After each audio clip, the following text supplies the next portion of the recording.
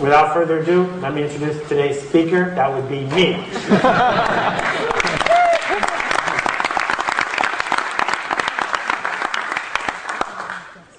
So, there are a lot of things that people who do what I do for a living try to sell in terms of where you're going and what you need and what you want. And it takes a lot of hubris to do that, to stand up and say, I think this will benefit you, I think this is worthwhile. And I'm the first to admit that I'm standing here with a fair amount of hubris saying that. But I have a feeling that I do know what you want, and I think what you want is more.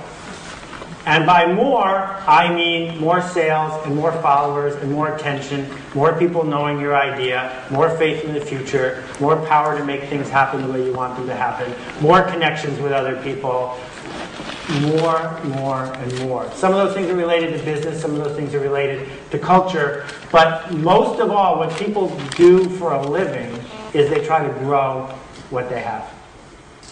So I was thinking about that when I was thinking about a guy I know named Joel Spolsky. I'm in Joel's tribe, and by that I mean that I read Joel's blog. Joel has influenced me in the way I think about software programming, in the way I think about hiring people, in the way I think about how you build a company. So when it came time for me to buy software that would help track bugs in my startup company, there weren't any choices. Joel makes that, I bought it. And I bought it because of the relationship I have with him and because of the fact that over the years, his ideas have influenced me and have connected me with other people who share those ideas. At the other extreme is Jacqueline Novogratz. I'm in her tribe as well. Jacqueline Novogratz is almost single-handedly on a mission to change the way philanthropy works. That she has spent the last 20 years of her life in the developing world rejecting the idea that you can give people aid and magically have the world get better, but instead using know-how and capital from the West to help people help themselves to grow businesses that matter. And what's fascinating is that Jacqueline has done this with no unfair leg up, with no connections, but instead by building a tribe. And then what I want to talk to you about today fits inside that whole spectrum. And what it says is that the world has changed in a great number of ways in the way ideas spread. That those changes are affecting the way every single person grows. It used to be that the way you grew was you bought ads, as many ads as you could afford, preferably ads with babies. If you can't afford enough ads with babies, buy ads with doctors in them. But the model was that what you can do for a living is interrupt people, hopefully without poor juxtapositions, interrupt them over and over and over again until finally they bought your product, or they gave money to your cause, or they joined your organization. And a key engine of that was television. Right? TV thinking says, I'm a marketer, I have money, I can interrupt whoever I want, whenever I want, as often as I want, until I make enough money to interrupt more people. And the power of this thinking led to an explosion in mass media, particularly TV, which led to an explosion in clutter, which led to more and more and more choices, which led to all of these organizations who spend all their time interrupting as many people as they can to make money doing it by selling ads. And we all grew up with that culture. That's the way we think things are supposed to work.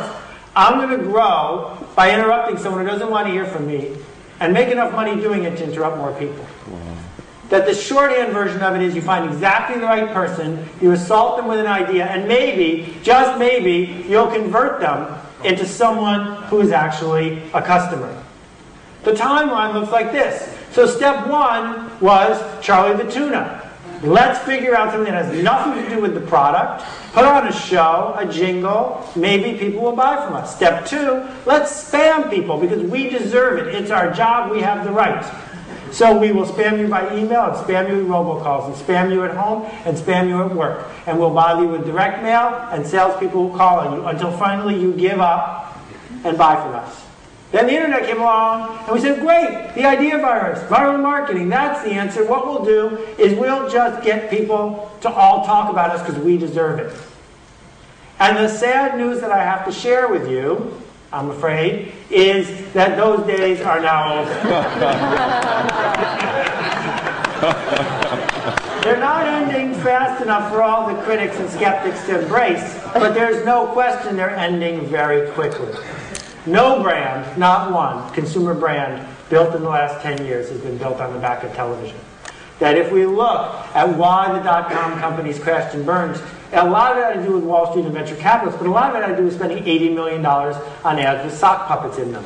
That the idea that you can interrupt your way to success, that's a problem, and it's not really working. So you can panic if you're in the PR business. You can panic if this is what you've built your business on. You can panic if this is how you were selling real estate. Or you can realize that there's good news. The good news is that a much more organic and predictable and scalable and genuine system is showing a resurgence. That the good news is that the other system, which was based on money, is being replaced by a different system, a system that's based on a couple questions. The first question that people ask when they hear about something, an event, a product, an organization is, who else is involved? Where did this come from? Who else is going to be there? And the second question they ask is, who is going to lead us?